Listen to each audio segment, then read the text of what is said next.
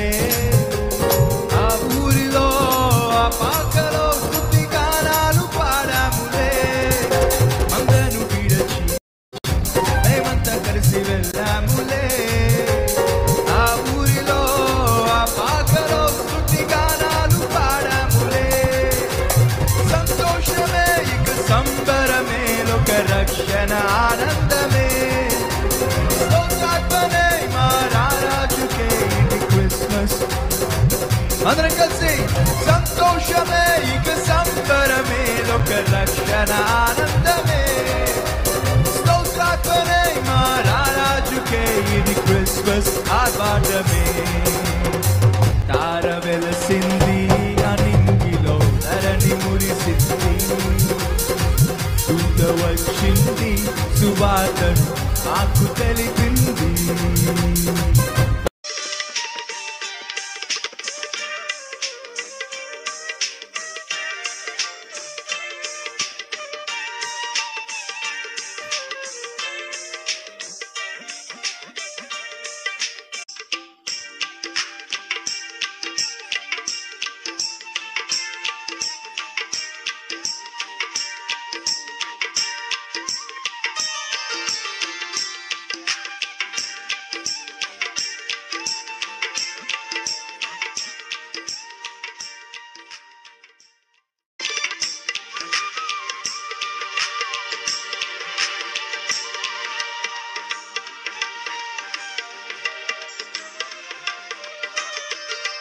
మనిషి ఎంత తెలివిగా పాపిష్టి పనులు చేసినా ఏదో ఒక రోజు బయటపడక తప్పదు.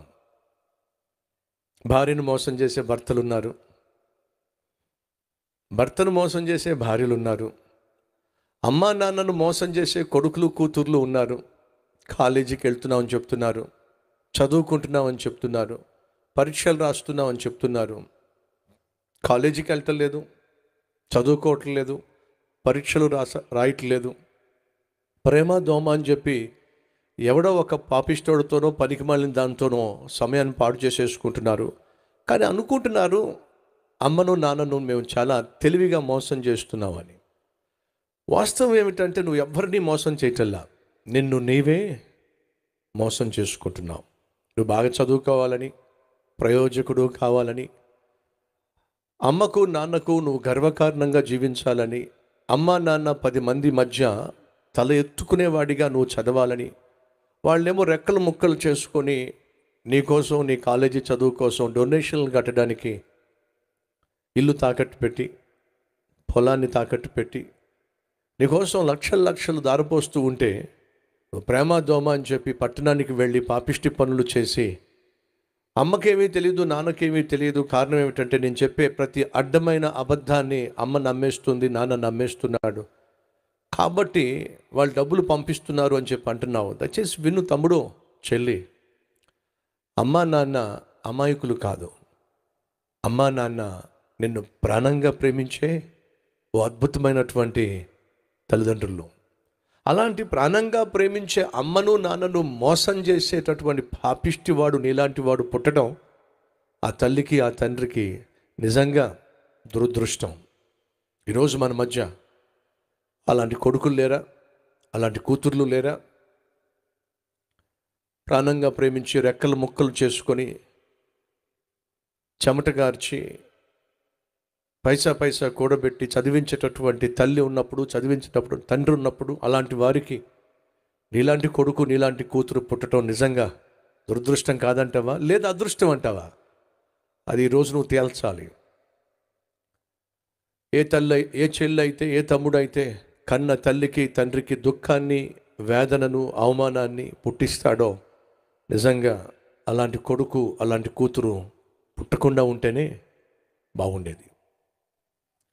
తల్లిని విడిచిపెట్టి తండ్రిని విడిచిపెట్టి పుట్టింటి వాళ్ళందరినీ కాదనుకొని నువ్వే సమస్తము అనుకొని పుట్టింటిని విడిచిపెట్టి నీ ఇంట్లోకి వచ్చి ఉన్నప్పుడు నువ్వేదో సంతోషంగా, సుఖంగా, సౌఖ్యంగా, సమాధానంగా తన జీవితాన్ని ఆనందభరితంగా మార్చేస్తావని నమ్మి వచ్చినటువంటి భార్యను బాధేవాళ్ళు ఉంటారు చూసారా, బాధించే వాళ్ళు ఉంటారు చూసారా, వాళ్ళు మనుషులే అంటారా? ఒక్కసారి ఆలోచించండి.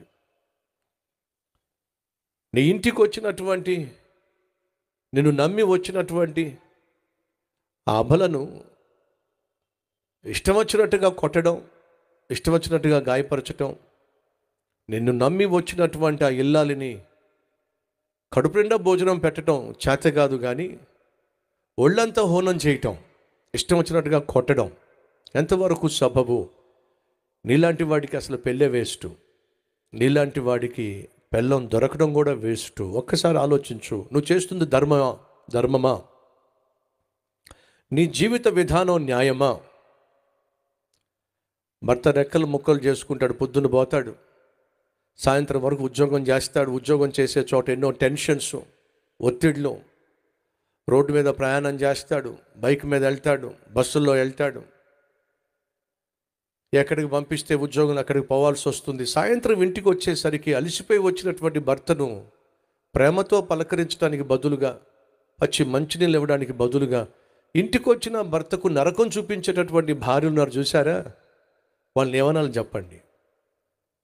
రాక్షసులు. కష్టపడి ఇంటికి వచ్చి నిన్ను పోషించడానికి, నీ బిడ్డలను చదివించడానికి రెక్కలు మొక్కలు చేసుకుని ఇంటికి వస్తున్నటువంటి భర్తను ఆదరించడానికి బదులుగా, అర్థం చేసుకోవడానికి బదులుగా ఆడిపోసుకుంటున్నటువంటి ఆడవాళ్ళు ఉన్నారు చూసారా? వాళ్ళకి అసలు పెళ్ళి వేస్ట్ అండి, వాళ్ళకి అసలు కుటుంబం వేస్ట్ అండి.